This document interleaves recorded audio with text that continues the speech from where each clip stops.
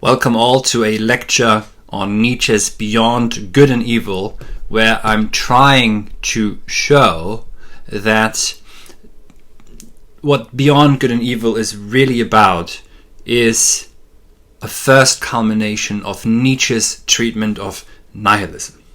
And I'm trying to argue that if you look at the notebooks of around the time that lead up to Nietzsche's Beyond Good and Evil, what he's trying to say here is to go beyond good and evil is to go beyond the Christian moral hypothesis, which means to go beyond an incomplete, weak nihilism and moving forward into a full-on, strong nihilism, which ultimately allows one to overcome nihilism.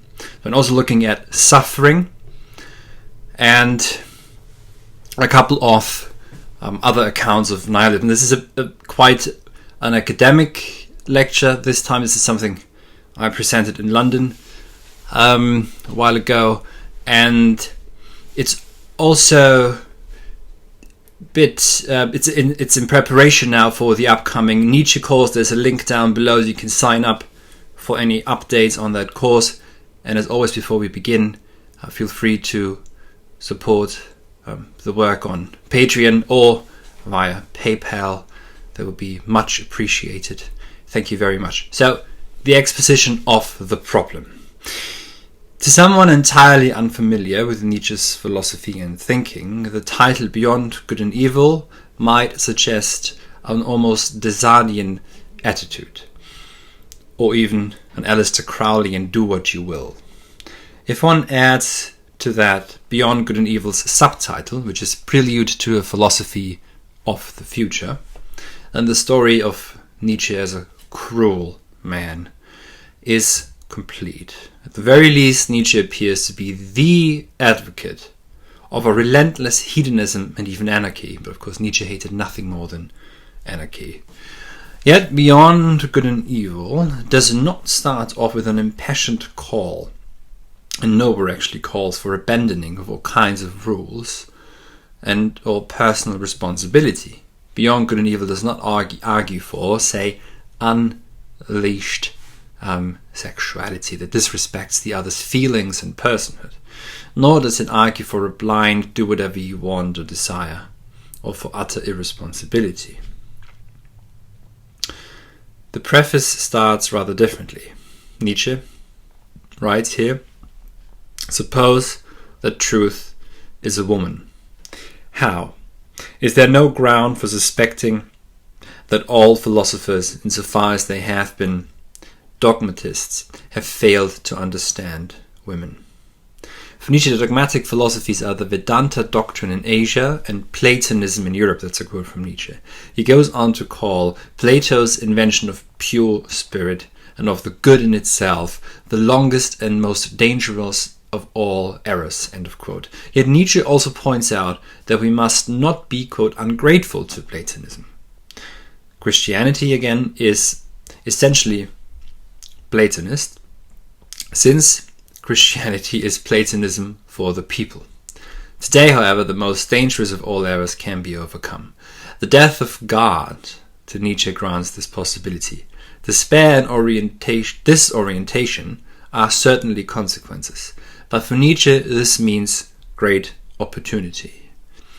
And this is a quote from Nietzsche, again from the preface of Beyond Good and Evil. "We whose task is being awake itself are the heirs of all this strength, of all this force, which the struggle against this error has fostered." End of quote. Nietzsche continues to call the outcome of this 2,500 years old struggle, quote, "a magnificent tension of the spirit, Geist, that has not existed on earth ever before." End of quote. This immense tension allows us now to aim at the furthest goals, as he says. That is, of course, only if we are able to withstand that tension without falling for the trap of the ever-growing machinery of distraction. Nietzsche mentions in this regard reading newspapers as a relief of distress, If, however, we are able to withstand the distress, the horror of existence, without distracting from it, then we might be able to formulate a new goal, a new what for. And we'll get to passages in the notebooks, which are not yet available in English, by the way, so I've translated them into English from the German, these passages on nihilism.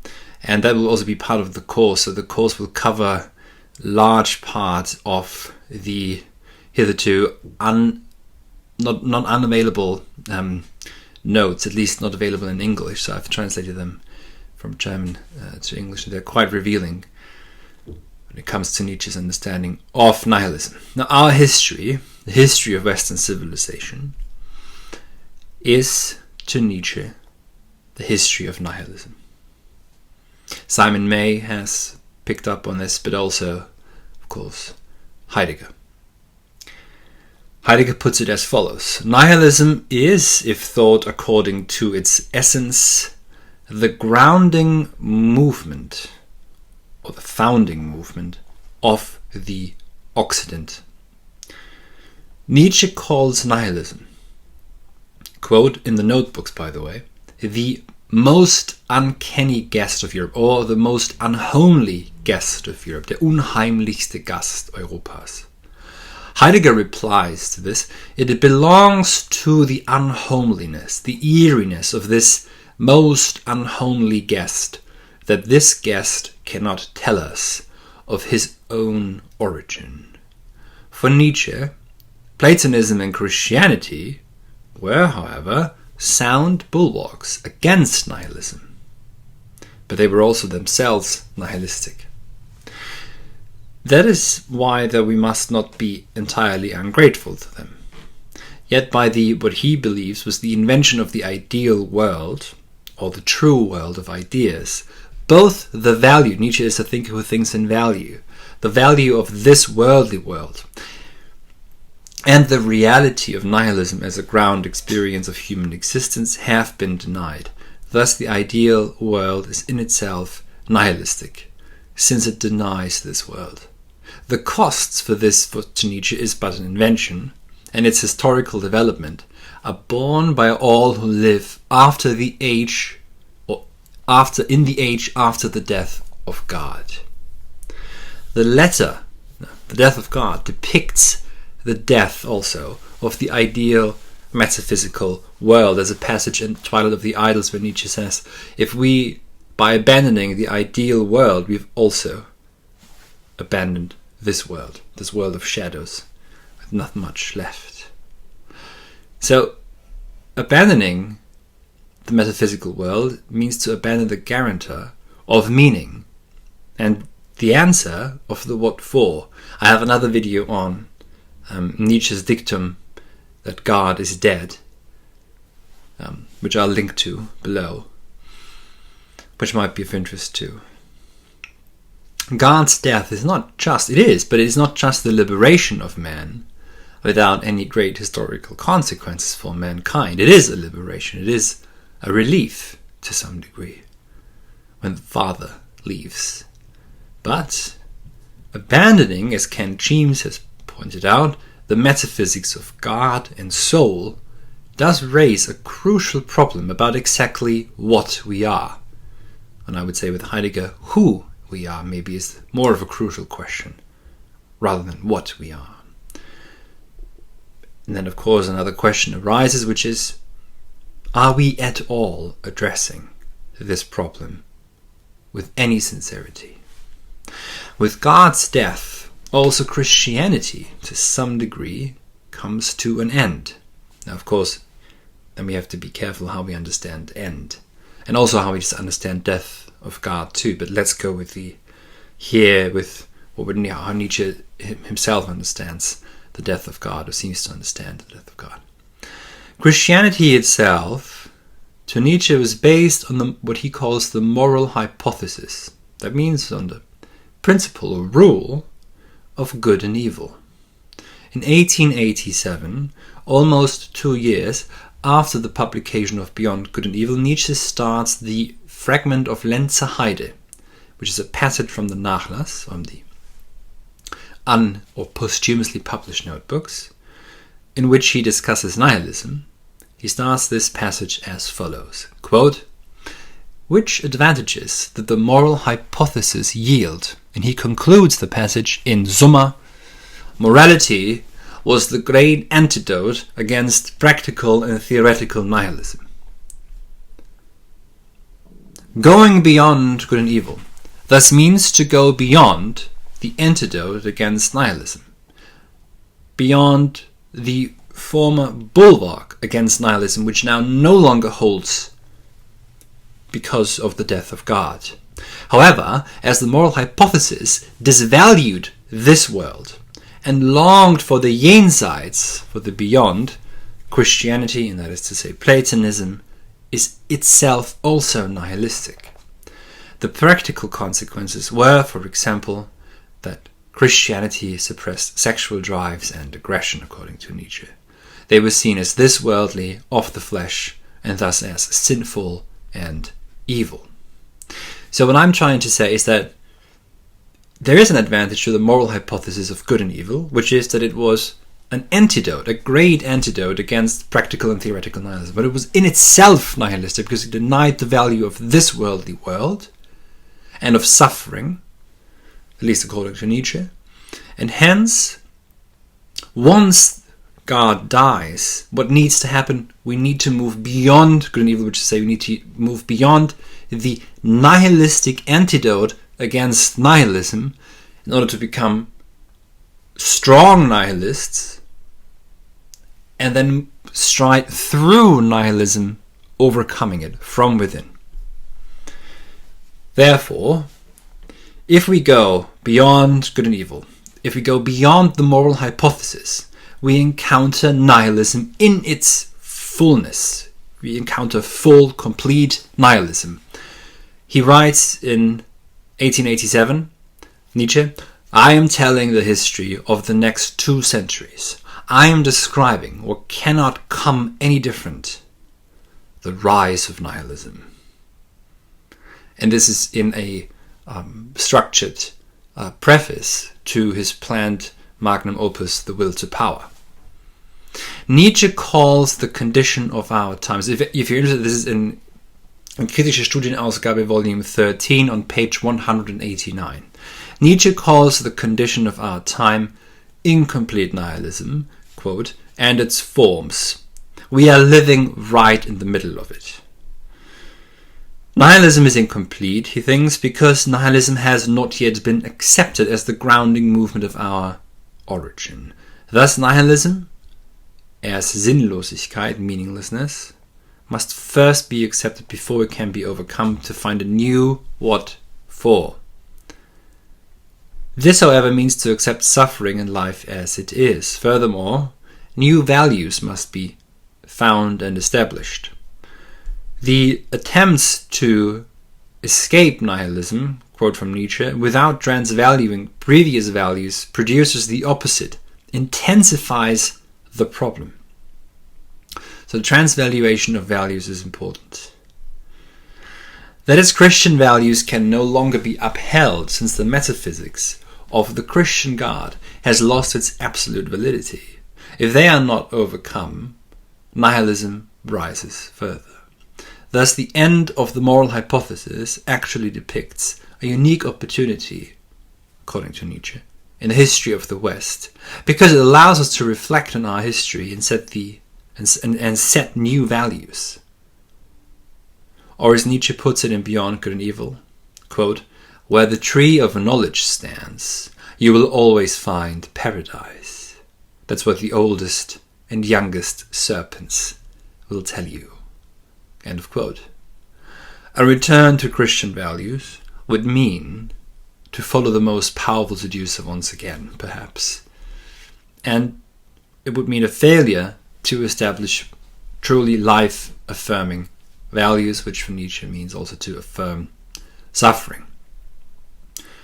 So, with the analysis of the moral hypothesis, Nietzsche embarks on his unique path to explaining nihilism's origin and meaning. Beyond Good and Evil, I think, depicts a first culmination of these endeavors, and it demands that the moral hypothesis must be abandoned in order to stride through and ultimately overcome nihilism. The latter is, however, only possible if the origin of nihilism is understood and nihilism's reality, the historical condition we are in, is accepted. The following passages will carve out Nietzsche's understanding of nihilism and how beyond good and evil is to be integrated into Nietzsche's account of this. To achieve that, also relevant sources of the Nachlass will be consulted. If read in the context of nihilism, one, I think, realizes that beyond good and evil demands exactly what I said before, which is it calls for the transvaluation, the Umwertung of values, der Werte, and for the creation of new life-affirming values in the face of full-blooded meaninglessness. This essay shall hence contribute to find a nuanced account of how Nietzsche comes to nihilism. Because last 15 years or so, there's been more interest in nihilism in Nietzsche, scholarly interest. Bernard Reginster, for example, has written a book entitled The Affirmation of Life, which is a quite analytical account of it. It was one of the first that accepted that nihilism is important in Nietzsche. And the trouble, though, is with Reginster, for example, that he thinks that Nietzsche is a systematic philosopher. So Nietzsche's systematicity is supposedly determined by, quote from Reginster, by the requirements of his response to the crisis of nihilism. But this assumes, I believe, that Nietzsche encountered the problem of nihilism in a similar way that Kant treated of the problem of dogmatic metaphysics, or of the limits of reason in his critical philosophy. I don't think that Nietzsche is quite that systematic. He sees, of course, that there is great pessimism and something rather disturbing about his age, but the profundity of the nihilism that Nietzsche treats of, which doesn't just mean there's a lack of morals or a fall from the old ways. Nietzsche begins to see nihilism as the most unhomely guest of Europe, and not just something that has to do with the fin de siècle mood, but something that will be our history for the next 200 years, inevitably so. And because it's breaking out from the out of the desert that comes with the death of God. And Nietzsche comes to this not systematically, and he doesn't try to solve anything, but he comes to it, I think, differently. I think, so let me just say it again. I don't think that it was nihilism to Nietzsche is not presented to him by the general fin de siècle mood, the end of the century mood, or the moral decline at the time. Furthermore, Nietzsche, I don't think, did not at all.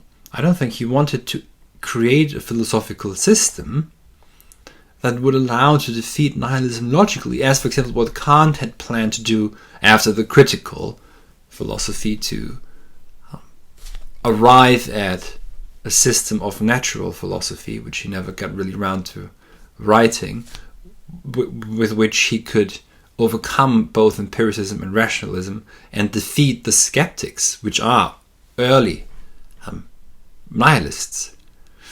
This was not, I think, what really happens is that through Nietzsche's early engagement with history and historicism and the use and abuse of history for life, and of course also his first proper book, Birth of Tragedy, and then his continued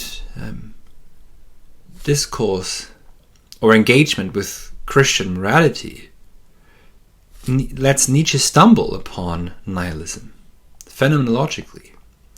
Assuming that Nietzsche was a systematic philosopher or a system philosopher impeds impedes of making that way explicit. Because there is a path to it, and that's what I'd like to show with this paper, with this lecture, is that there is a path which we can trace when we read the unpublished or the posthumously published notes. And this makes it more critical, more complicated, I think, to address critically Nietzsche's life affirmation. Because life affirmation is pointless in Nietzsche, is a bit silly if we don't understand the extent to which he thinks that nihilism is permeating everything. In the Trial of the Idols, he says, if we do abandon the ideal world, then we are also abandoning this world. The role of any good future philosophy is thus not to install a system of life affirmation, etc., but to pave the way for the creation of life-affirming values that do not rely on the invention of a metaphysical ideal world that by its timelessness and deathlessness provides meaning and merely distracts from nihilism. Rather, as argued above, we must accept nihilism as a necessary condition for our epoch. And this is a lengthy quote now from Kritische Studienausgabe, Volume 13. What is necessary, Nietzsche says, is a counter-movement, which at some point in the future will supersede that complete nihilism. This counter-movement, however, presupposes nihilism logically and psychologically. It simply can arise only after and out of or from nihilism. This counter-movement, again, can only arise after and out of or from nihilism. Why is the rise of nihilism necessary? Because our previous Platonic Christian values themselves demanded as their last consequence. Because nihilism is the thought through to the end logic of our great values and ideals. Because we first have to experience nihilism to discover what the value behind these values was. So you see, he speaks phenomenologically. We have to experience nihilism to discover what the value behind these values was. It's a completely different approach than assuming he would be a systematic philosopher. It's quite different. Now on to suffering and beyond good and evil.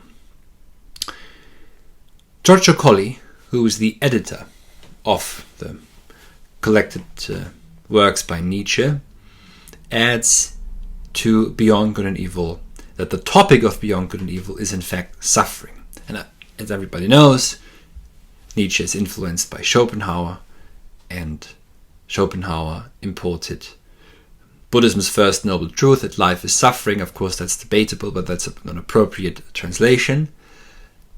And because Schopenhauer was a very compassionate philosopher, ultimately still operating under a Christian moral hypothesis according to Nietzsche, his reading of history and sees just a weak, ends up in a position of a weak pessimism.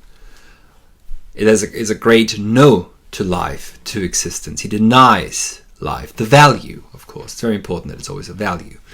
And Nietzsche wants to, in response to Schopenhauer, whom he calls his Zuchtmeister, so his master who comes to him with the whip almost, Nietzsche wants to find the great yes to life, including suffering.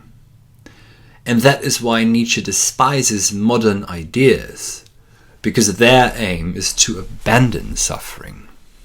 And I'm quoting now from Giorgio Colli. Worse than those who want to deny life in the face of the abyss are those who shut their eyes to suffering.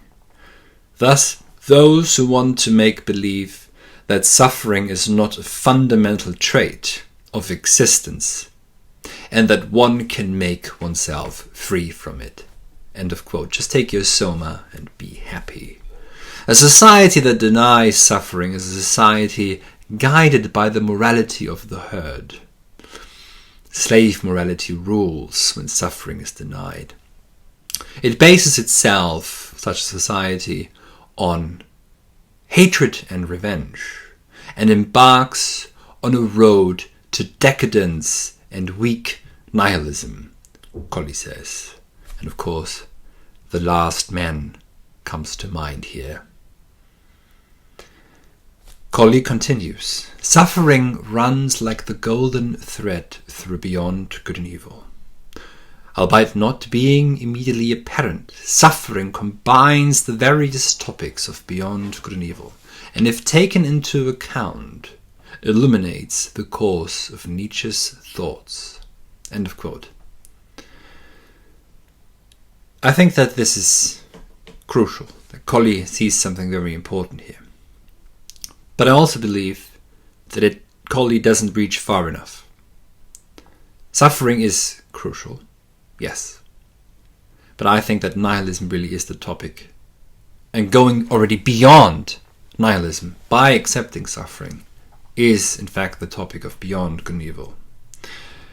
Now, we of course have to wonder whether we do find any appropriate answer for suffering after the death of God. And perhaps one could point out that certain frenzies are perhaps the incapacity to understand that life indeed is tragic, that existence indeed is one of suffering, that we are suffering creatures also. And there's not much to relieve us from this and release us from it. And so that's how you get to, on some other level, other discourses, and you get to the utilitarian calculations of suffering. We shouldn't create AI, these wonderfully profound thinkers say, because if that creates more suffering in the universe, if it's something you can measure and weigh. But yes, that's not an answer to the question of suffering. I would say that's trying to contain it. It's a containment strategy. Thus, Colley's account, I think, must be modified. Suffering is part of the golden thread of beyond good and evil, which, however, I think, again, I say it, is nihilism. Thus, beyond good and evil asks, how can we accept suffering when everything is meaningless? And how can we go beyond even truth, right? Even truth. Remember the beginning. The will to truth has led us to this situation as well. So this is it's at the utmost limit of what can be thought within a Western metaphysical framework. And Nietzsche is pushing it and pushing it and pushing it, just to see how much pain his readers can withstand. But how can we go beyond nihilism? There's also the question of beyond good and evil, despite the modern condition. Modern ideas certainly respond in the wrong way. They merely demonize suffering. There is, and Nietzsche says this is a quote, this is paragraph 202 in Beyond Good and Evil, there is, quote, a moral hatred of any suffering. End of quote. Modern ideas are Christianity's heir. They are but Christianity in disguise for Nietzsche. They are thus just as fundamentally nihilistic as Christianity itself.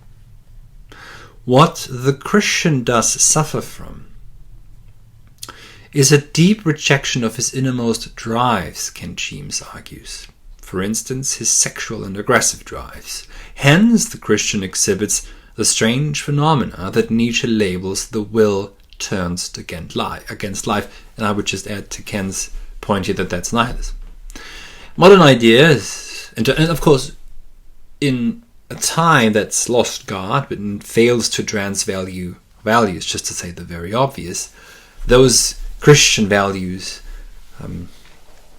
which are now entirely unfounded, they are as benign as they might come across. They are expanding a weak, hidden, concealed nihilism that's not allowed to come to the fore, and so the abyss keeps opening up, but there's nothing really that could stop the last man from tearing the abyss open ever further.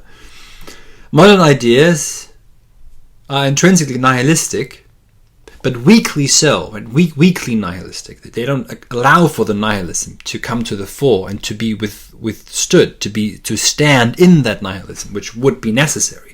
No, they're nihilistic in a weak sense. So they deny that they're nihilistic. They try to be good. Nietzsche says somewhere that, beware those who want to be good. They are the most. They are the ones who are most prone to lie. Modern ideas, in turn, I can say it again, are intrinsically nihilistic because they reject the reality of suffering. That is, they are incapable of setting, of making truly life-affirming values, of positing them. And those values that could embody the entirety, that could allow for what it means to be a human being in a deathless age, that could allow to think through that. Demonizing suffering means to demonize life itself. And to demonize suffering can be as benign as I said before, taking the pill for whatever that doesn't work, constant self-optimization, the denial of death and finitude. So demonizing suffering, means to demonize life itself, however, for Nietzsche. To say, and actually to demonize suffering, and at the same time be a happy-go-lucky last man, consumer, is to say no to life. Just as the Christian denies the value of this world and longs for the true world, at least some trajectory of Christianity. Nietzsche's a bit simplistic, but anyways, this is how Nietzsche sees it. And as the Christian longs for the true world in the world in the beyond, modern man denies the value of this world, weirdly enough, of this life, insofar as modern man denies the centrality of suffering for existence. So one can lead a very this-worldly life, but if suffering is denied and has no place in death, then that would be denial for Nietzsche. So our hedonist consumerism, if it at least were hedonistic, as David Bowie said once, if only we were decadent, which is not even good Philistines. So we are, to say the obvious, distraction addicted, and perhaps seemingly very this worldly, but denying this world because we're denying suffering. So this worldliness now of the last man is superficial. Its greed for convenience and fast satisfaction of wants and needs triggers the ever shorter validity of things. As Nietzsche says in Beyond Good and Evil, nothing today has any future. The values of the last man are not Nietzschean values at all, which would be, as Heidegger puts it, conditions for life enhancement. That is, accepting life as it is without blinding out suffering, pain, disease, death. In sum, modern society's inherent problem is that it lessens man. He becomes, as Nietzsche puts it, a dwarf animal, a homogenized member of the herd, a wheel in an unhomely wheelwork. And the herd has no autonomy, has no freedom. And as suffering is denied, there's a reason why it's denied, which is to produce, literally produce, socially prescribed psychological happiness. And now I'm turning to Nietzsche's path to beyond good and evil. And that means that I'm turning to the notebooks. And if you're interested, this is volume 10 of the Nietzsche Gesamtausgabe. In volume 10, which includes his notes from 1882 to 1884, Nietzsche mentions the title Jenseits von Gut und Böse, Beyond Good and Evil, for the first time. Its subtitle was then supposed to be not Philosophy of the Future, but Sentenzensammlung, collection of aphorisms, for example. Only few of them, however, made it into the published version of Beyond Good and Evil, as Giorgio Colli notes in the foreword. At that time, Nietzsche seemed to be mainly interested in a collection of skits against Christian morality. The topics include, amongst others, religiosity, the afterlife, man and wife. In short, it can be said that the notebooks from that time show Nietzsche's growing interest in Christian morality. For example, a note from summer 1883 reads, 93, this is, morality is a pomposity, a pompousness of man against nature. Around the same time, Nietzsche also outlined a potential book entitled The Innocence of Becoming. This is something he will come back to in Twilight of the Idols. So The Innocence of Becoming was a title for a book, a signpost to the deliverance of morality. One of its chapters was supposed to treat of the overcoming of morality and its replacement. These topics would recur time and again in his writings from Beyond Good and Evil onwards. In 1885, this is volume 12, amongst notes for The Will to Power, the title Beyond Good and Evil and musings about it appear more and more frequently. This indicates a connection between The Will to Power's demands for transvaluation of all values and Beyond Good and Evil. As outlined above, Beyond Good and Evil also calls for a new goal. Nietzsche doesn't mention the goal explicitly, but if my interpretation is correct, then the goal is to first accept and then overcome nihilism. In this regard, there's a fascinating note here in volume 12 by Nietzsche, where Nietzsche is wondering whether it weren't better for him to be surrounded by deep and soft human beings who save me from myself. Because for someone who has to think such things as I have to, there is always the great danger that he destroys himself. This is echoed in Beyond Good and Evil, paragraph 39, where Nietzsche warns that, quote, one can perish from his highest insight. And this insight may well be the horror vacui that lies beyond the bulwark against nihilism. So it may well be that in Beyond Good and Evil, Nietzsche is also himself going beyond that which he can possibly think, that which he can possibly say. The first subtitle Nietzsche had for Beyond Good and Evil another subtitle, that Nietzsche had for Beyond Good and Evil is Attempt of an Overcoming of Morality. Several times and several passages from around that time made it into the published version of Beyond Good and Evil. For example, the interpretive character of all events. Free spirits are also mentioned frequently, and the chapter What is Noble is mentioned, in which the mediocrity of Germany is criticized.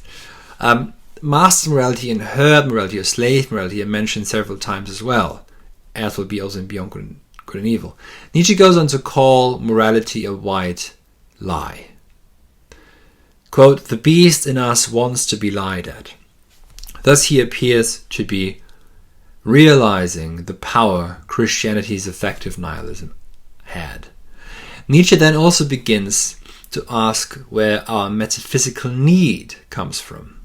That is, why have we created the true world? Why do we have a need for metaphysics, which disvalued this worldly world. Interestingly, after having thought about metaphysical inclinations, Nietzsche also for the first time uses the subtitle Prelude to a Philosophy of the Future for Beyond Good and Evil. So I wonder, will we need to overcome metaphysics in order to overcome nihilism? Heidegger, I think, would argue precisely that. For Heidegger, then, authentic nihilism is that which being is that which is always already withdrawing. That's authentic nihilism for Heidegger, to which Nietzsche does not come.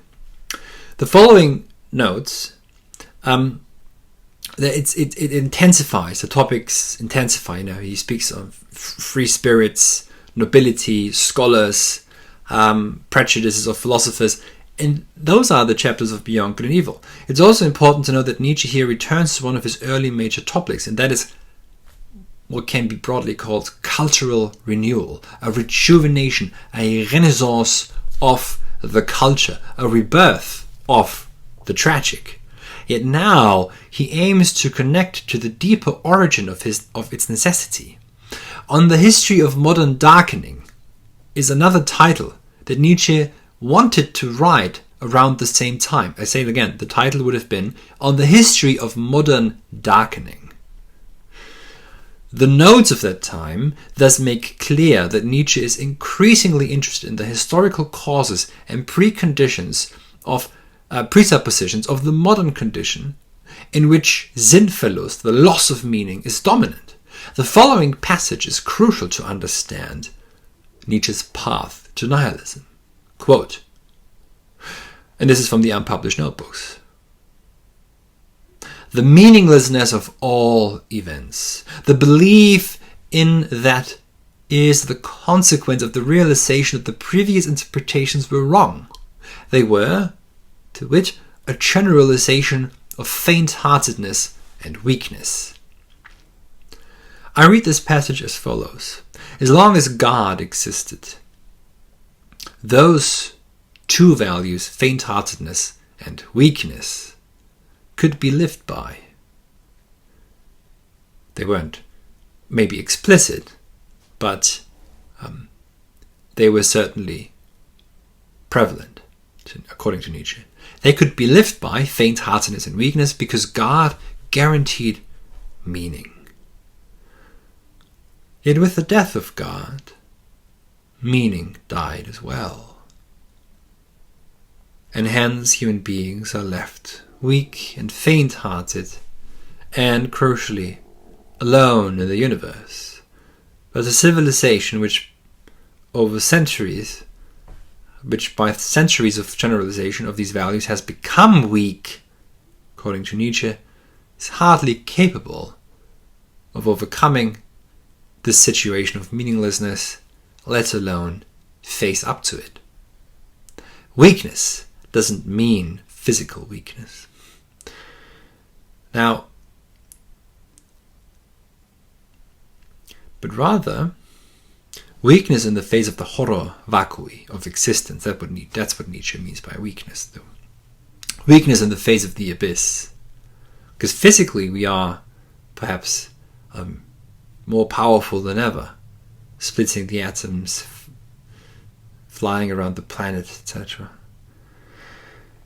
So the weakness is we don't phase up to the abyss of existence, to the horror vacui, the horror of emptiness, the loss of meaning. We can't overcome nihilism as we are used to both being weak when confronting it while relying on God for answers. Hence, and of course, you can look at science or scientific technology as a containment strategy against facing up to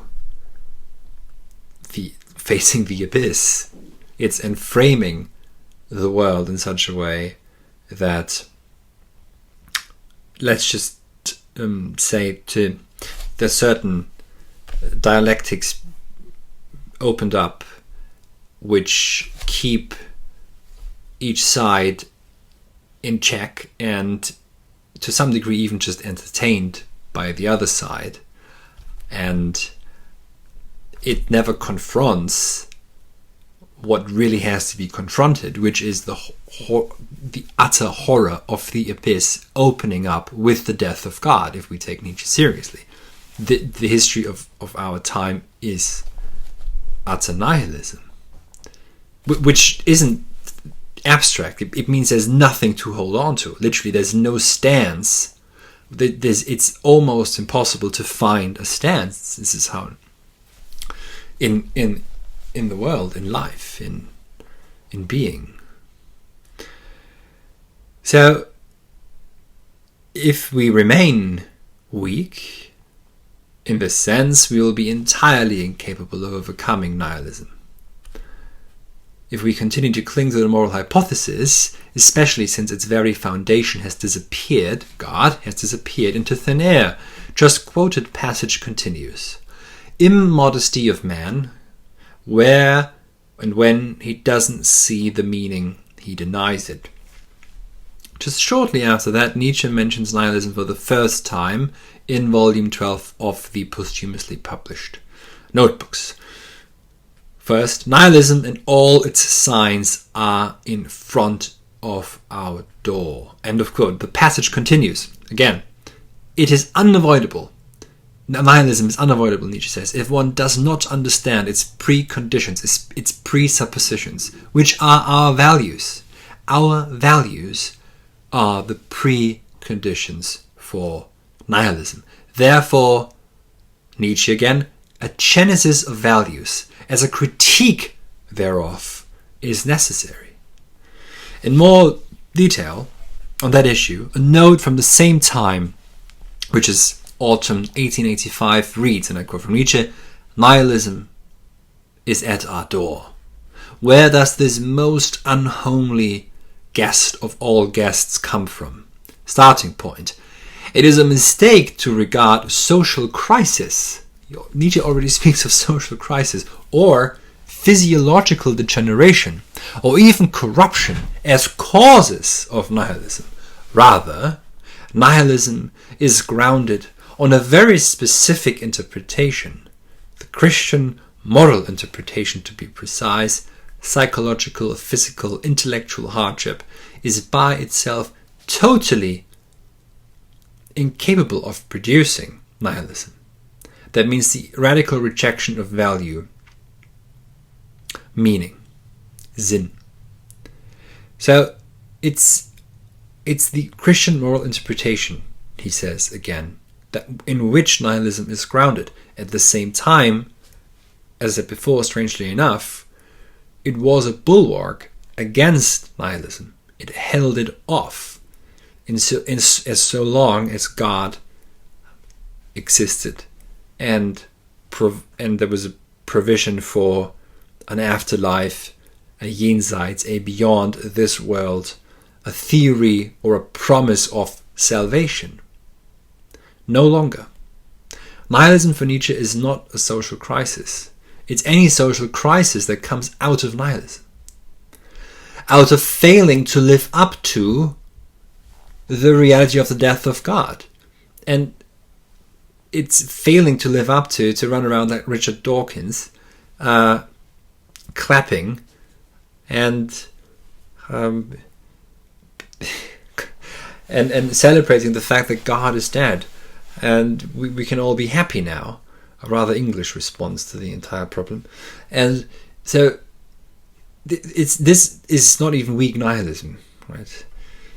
But anyways, this passage is crucial that I just quoted in understanding, for understanding Nietzsche's account of nihilism, and summarizes what I've outlined above. Nihilism is not caused by anything external, like moral decline. Quite the opposite. The moral hypothesis has proven itself to have run its course. It has led to its own decline, and thus it has reinforced nihilism, which there already was right at the beginning, insofar as the Platonic ideal, according to Nietzsche, denies this world. That's the nihilism from the beginning.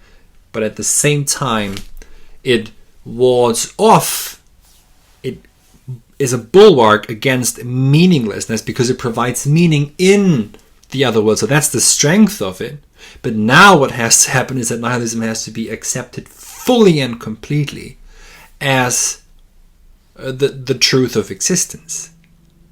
And only then can another flourishing can life flourish again. So let me now turn to Beyond Good and Evil from this perspective of nihilism. But I think that we can get to what being Beyond Good and Evil is trying to tell us with this.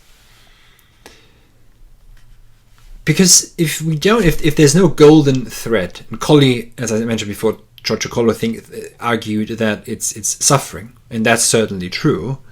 That's the silver thread. Let's just say the golden thread is nihilism, because suffering is so much worse than suffering is so much worse in an epoch of utter nihilism. So to some degree, you could even understand the response of the last man. He doesn't want to suffer. Suffer what? For what God?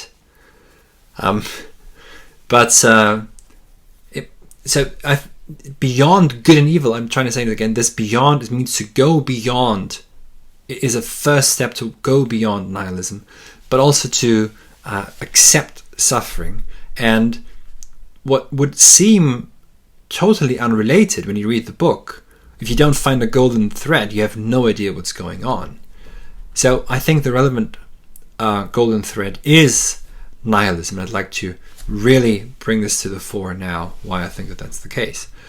Now, the exposition of this paper, I mentioned at the beginning that the foreword of Beyond Good and Evil ends with the word das Ziel, the goal. And Nietzsche says here, the good Europeans and the free, very free spirits may be able to reach for a new goal, a new aim. Again, what is it calling for? What is the aim? Why is he calling for the goal? And by the way, this is also what Zarathustra in the second book, it's so much about finding a new historical goal. Heidegger says about this in his essay on Nietzsche, says about the title Good and Evil the following: the title does not mean in any way that the thinking and the mindset presented are amoral in this usual sense, as an opposition against the good and for the evil. So again, Nietzsche does not argue for utter chaos and for evil.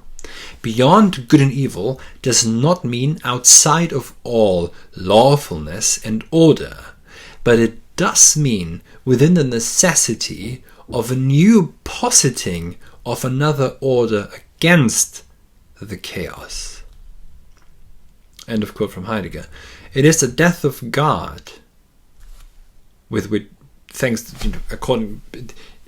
which causes chaos, triggers chaos. And of course, certain isms are containment strategies and framings of this new chaos. Management strategies, perhaps.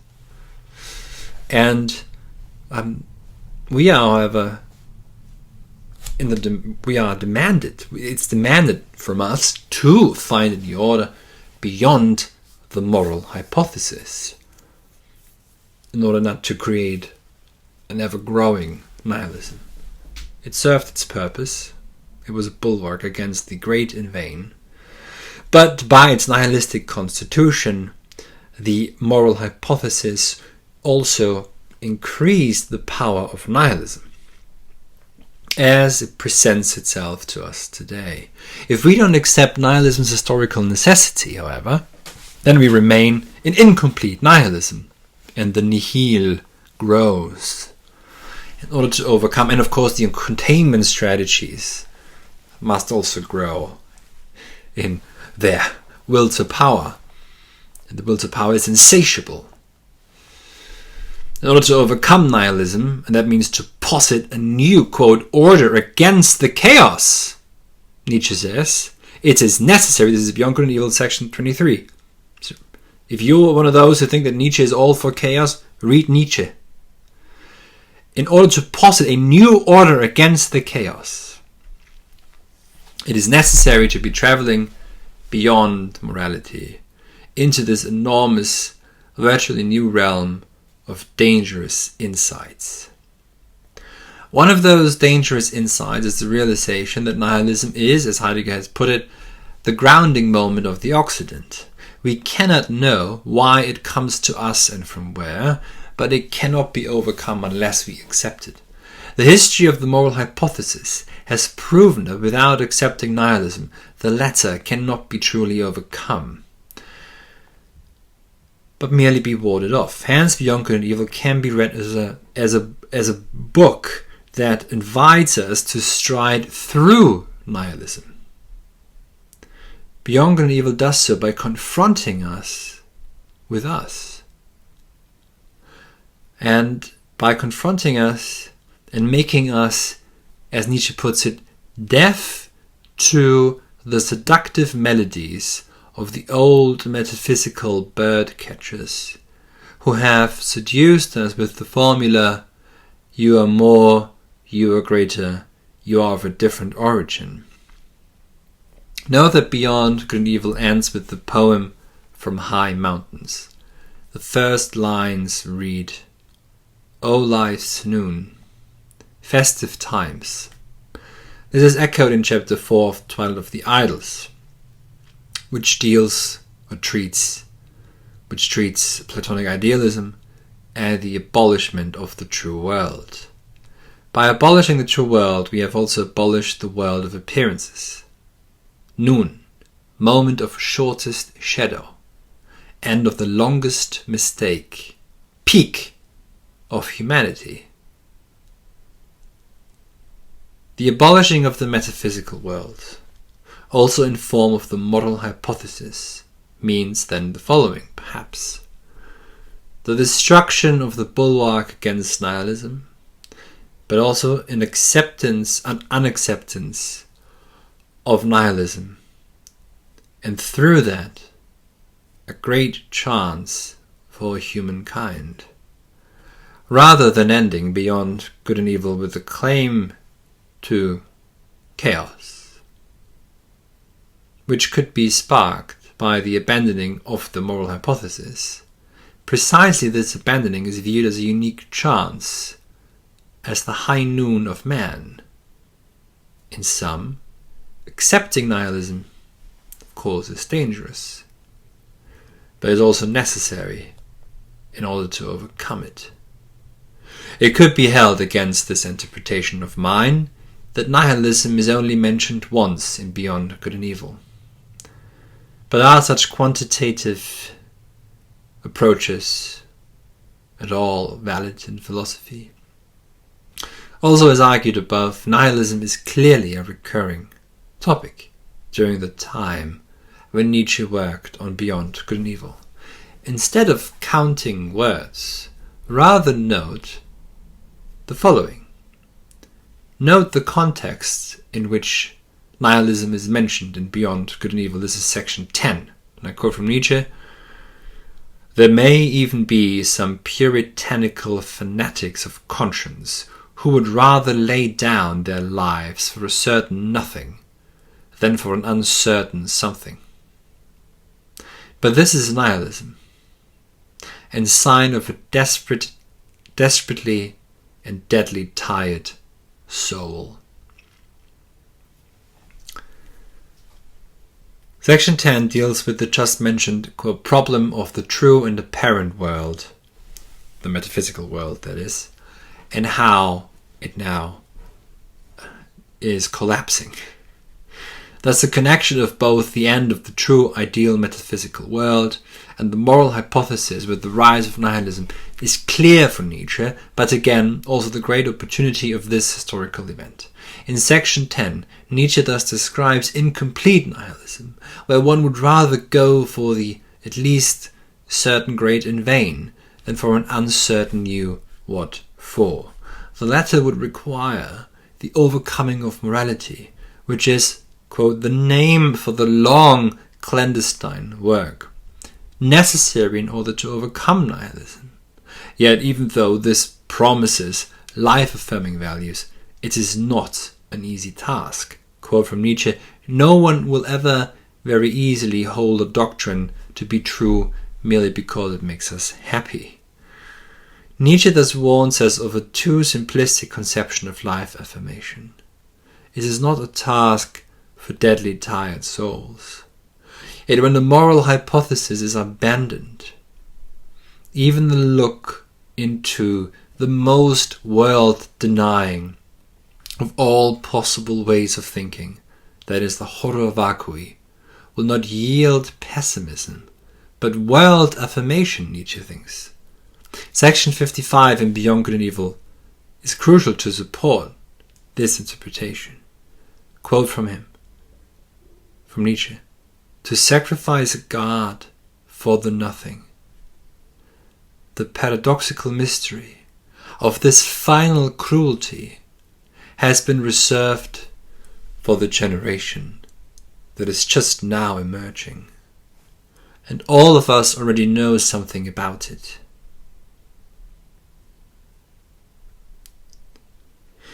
With the death of God, we give up the metaphysics that granted us meaning of who we are. What we are left with is nothing, at least compared to the absolute certainty perhaps we once enjoyed about our place in the cosmos. We have sacrificed the guarantor of meaning, identity, place, for the nothing, as Nietzsche says. Yet the paradoxical mystery about that is the assertion that nihilism now is necessary for this epoch. Calling the action of sacrificing God cruel is ingenious, because it wards off all contemporary ethicists, moralists, and atheists who have too simple a view of the true historical meaning and consequences of the death of God. It is a cruel deed, not a mere fact, something you indifferently put aside.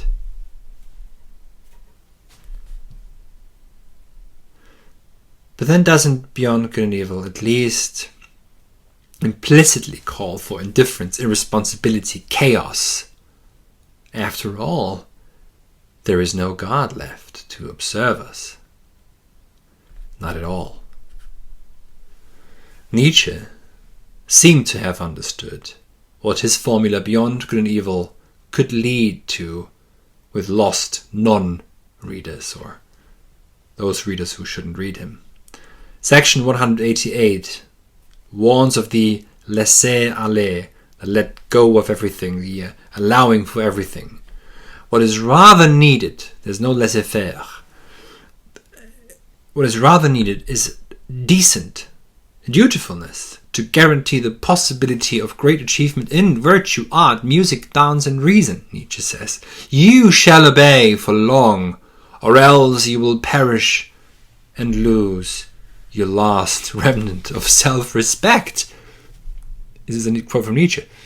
And this is what he calls, interestingly, the moral imperative of nature. Of course, you have to understand what Nietzsche means by nature too. That, however, doesn't mean that Nietzsche calls for... so I say it again, he does not call for chaos. And it's... We can also point out, perhaps, for Nietzsche, it's about the having one's drives in order. There must be one master drive that leads all the other diverging drives. Quite a Heraclitean Heraclitean understanding of harmony within oneself. So it's important, again, and just to quote Nietzsche, to not want to dispense of one's own responsibilities, section 270 in Beyond Good and Evil. But what about hedonism? Wouldn't he allow for that? Nietzsche replies, whether it be hedonism, pessimism, utilitarianism, eudaimonism, they're all naive. Section 225, Beyond Good and Evil. Because they are but modern replies to Sinnlosigkeit, to meaninglessness, born from the moral hypothesis, and as such they want to abolish suffering. And they are intrinsically nihilistic. They depict a lessening of man. They turn him into a slave of, say, his desires that must quickly be satisfied at any time. As argued above, to deny suffering is the same as to deny this world. If suffering is denied or even attempted to be abolished entirely, then the worth of this life is reduced, as it is not accepted in its entirety. And Nietzsche, again, the discipline of suffering, great suffering. Don't you know that this discipline alone has created all human greatness to date? End of quote. And nevertheless, one could still wonder how Nietzsche can ward off suicidal nihilism. After all, God was sacrificed for the nothing. And we don't really have a sufficiently satisfying answer for the reason of existence and endless suffering. Section 157 of Beyond Good and Evil even states, quote, the thought of suicide is a powerful solace.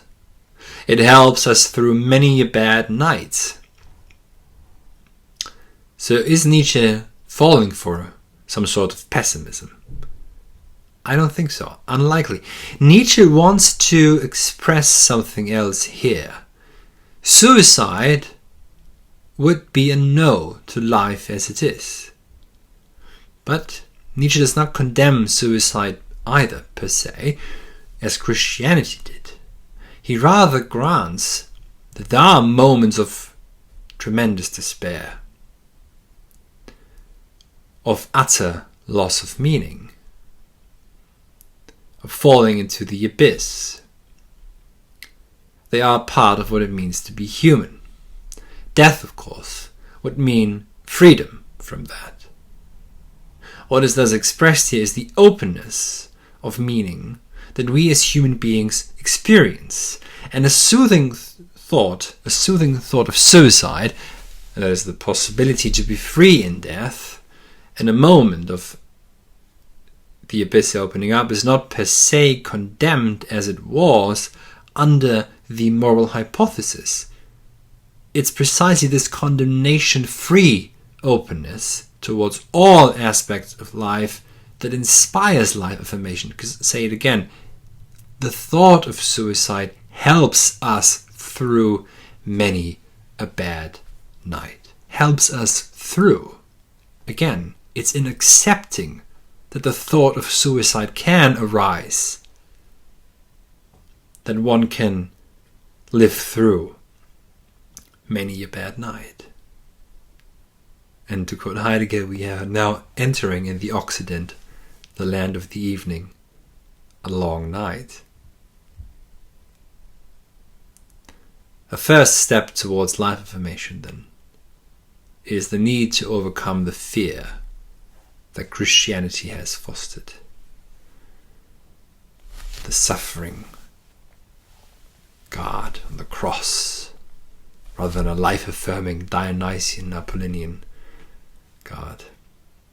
In a short chapter, section 49, which can easily be missed because Nietzsche can be quite an aggressive writer, a very loud writer, which is one of the masks that he chose.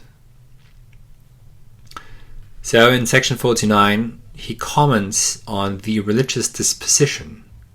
One finds here, I think, what is pivotal in understanding Nietzsche and his critique of the moral hypothesis. Nietzsche here says, "That which is so astonishing in the religious life of the ancient Greeks is the irrestrainable wealth of gratitude." I say this again. What is so astonishing in the religious life of the ancient Greeks is the irrestrainable wealth of gratitude. But with the rise of fear, Christianity, he says, prepared itself. Morality as fear, Nietzsche says, leads to mediocrity and the sickliness of the contemporary European. Mediocrity depicts the lessening of man, and when man is lessened, when he is reduced, man cannot affirm life. Nietzsche may idealize ancient Greek religiosity, but it is crucial to understand that Nietzsche does not per se condemn all religion, not at all. Just the kind of religion that cultivates fear instead of a deep gratitude for life.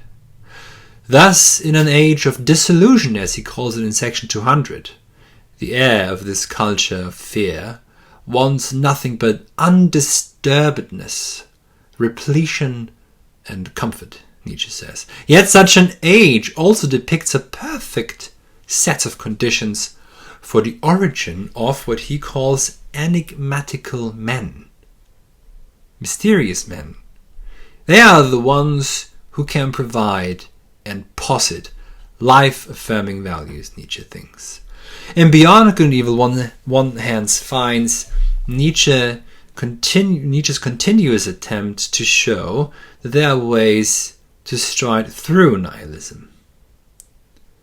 What is needed is a new task, as he says. This new task, Nietzsche writes, can be provided by the philosophers of the future. They will be lawmakers, he says. They will determine the where to, the what for of man. They reach for the future with their creative hand, section 211. Philosophers need readiness to great responsibility, section 213, and they must accept that they will always be untimely. Europe, Nietzsche is sure, wants to become one. This is a quote from Nietzsche, 256. It strives for a new where to, into a new light, for a new sun, section 256.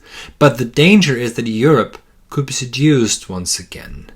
But this time it would fall, not for Zeus, as Europa did, but merely for an idea, and in this case, just a modern idea.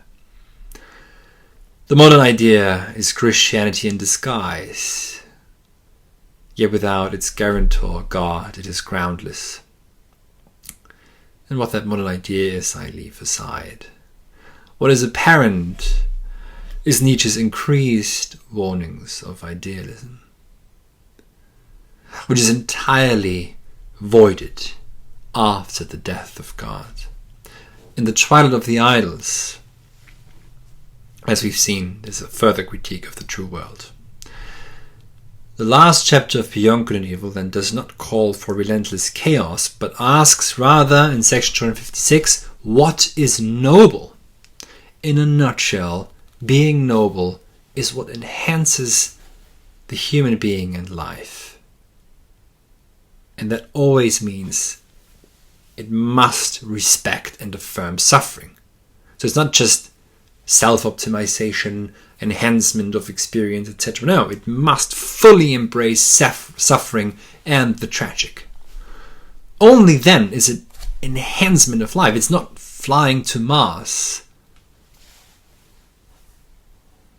But this can only be achieved if the necessary conditions of existence, such as suffering, are accepted and fully welcomed into the great Yes to life, das große Ja zum Leben. So thank you very much for listening. There will be much more of this in the course on Nietzsche, so sign up for any updates on this. And as always, thank you very much for listening. Feel Feel free to share the video, to leave a comment, and feel free to support the channel on Patreon and PayPal. Thank you very much indeed.